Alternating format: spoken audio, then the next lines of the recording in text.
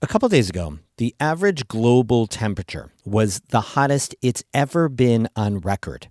Humans have altered our climate in ways that will have dangerous and sometimes unpredictable consequences, but science continues to try to make sense of what's happening. The Adirondacks offer a particularly unique laboratory. You can go from the summit of Whiteface and see plants that grow north of the Arctic Circle, and then hop in the car and drive down to the mouth of the Boquet River, and you can see sycamore trees that grow all the way down to the Gulf of Mexico. And so you see about a third of the biodiversity across the northern hemisphere in like a 15-mile stretch. How climate change is affecting one important bellwether, peatlands in the Adirondacks. That's today's story of the day.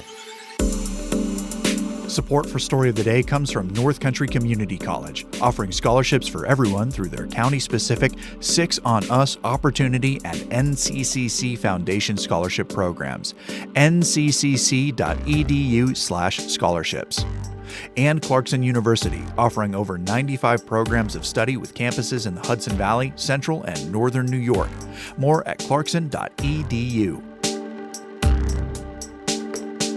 Hey, I'm David Sommerstein. It's Friday, July 7th. First up, Governor Kathy Hochul's administration is backpedaling on a proposal to allow New York-grown cannabis to be sold at farmers markets this summer.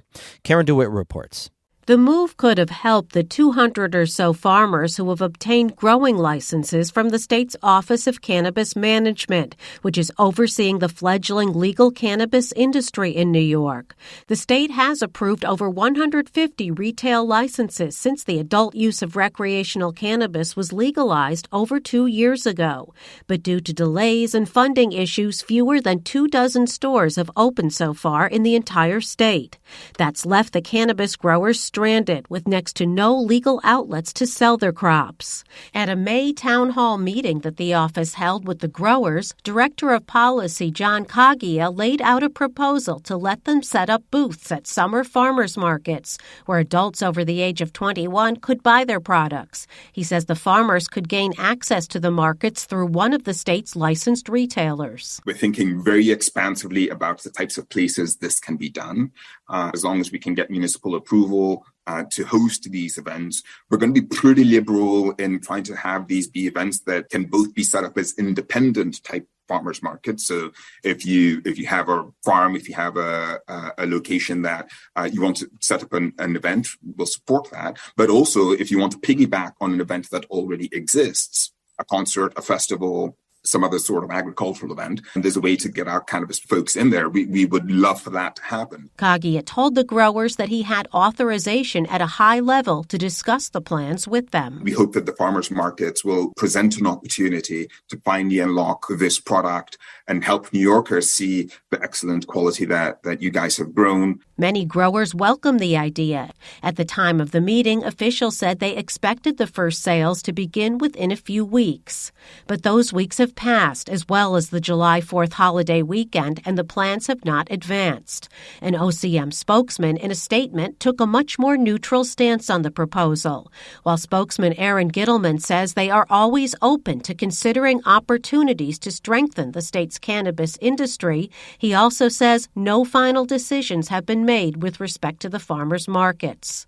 Potential barriers to the farmers market model include some local governments that have opposed retail cannabis shops and the fact that the drug is still illegal under federal law and the markets could jeopardize federal funding. In Albany, I'm Karen DeWitt.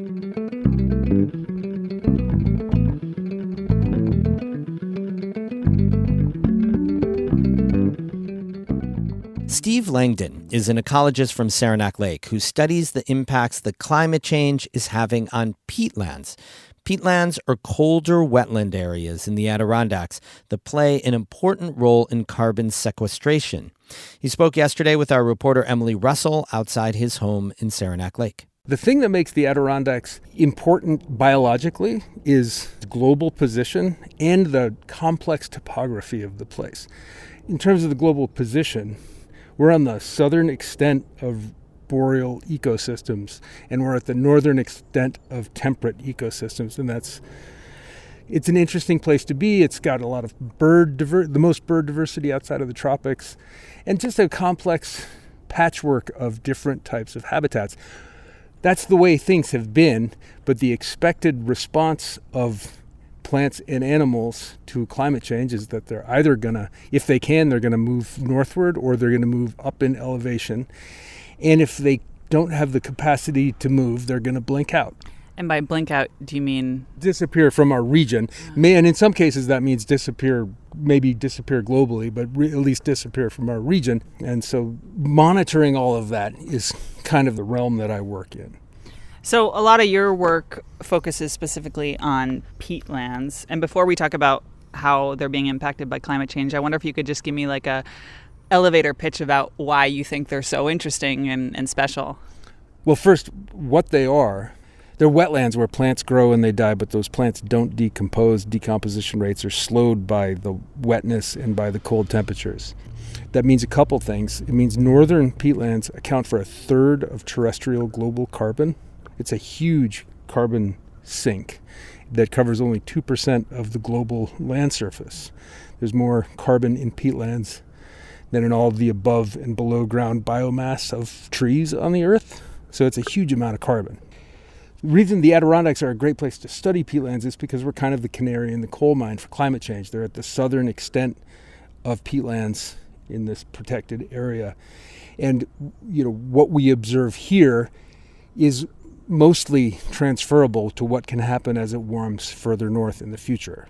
And what are you seeing in terms of the impact that climate change is having on peatlands? So this is the tough question. There hasn't been a ton of research on peatlands in the Adirondacks. So if we had great data from 100 years ago, we could make inferences about climate change and compare things to climate. So we have to be very creative scientifically in sorting out what's causing changes. But we're seeing changes, and we see changes in the forest structure of black spruce. Black spruce is a tree species that dominates the boreal forest from Newfoundland to Vancouver. And in the Adirondacks, it's really restricted mostly to peatlands with very few exceptions. What we found in that paper I published in 2020 in the journal Wetlands was that that black spruce forest is being encroached upon by red maple and yellow birch trees. And that fundamentally it changes a lot of the biogeochemical cycling over long periods of time, so it changes that aspect of peatlands for carbon sinks, but it also changes the habitat for the birds and the animals that live in those places. And as a birder, what are you seeing in terms of changes in birds and bird habitats due to climate change? So I worked this morning as a field tech on a project that's run by McKaylee Glennon out of Paul Smith College, Adirondack Watershed Institute. So that's been going on since about 2008 or 9. And we've been every year, there's about 5 of us who work on this project, and we go out to different big boreal habitats, peatlands, and we listen for birds for 10 minutes at randomly selected points throughout these peatland complexes. And that work, which is a ton of data now, it's 16 years worth of data, shows that all of the bird species except 2 that we've been focusing on are in decline. Their populations, they're becoming harder and harder to detect at these sites over time. Are there land management and climate mitigation lessons to be learned for what's happening and happened in the Adirondacks for regions around the country, around the world, to kind of learn from what's going on here in the Adirondacks? I think we have a unique conservation history in the Adirondacks that can't really be replicated in all places just because of the political history of things. But I think that if we can document and study and work in the observe part of the scientific method, we can come to understand the value of these places regionally throughout the country and the continent. That was ecologist Steve Langdon speaking in Saranac Lake yesterday with our reporter Emily Russell. We have more news all the time and through the weekend on our website, ncpr.org. Music today by Christopher Watts of Canton and Evan Veenstra of Gananoque, Ontario. I'm David Summerstein, North Country Public Radio.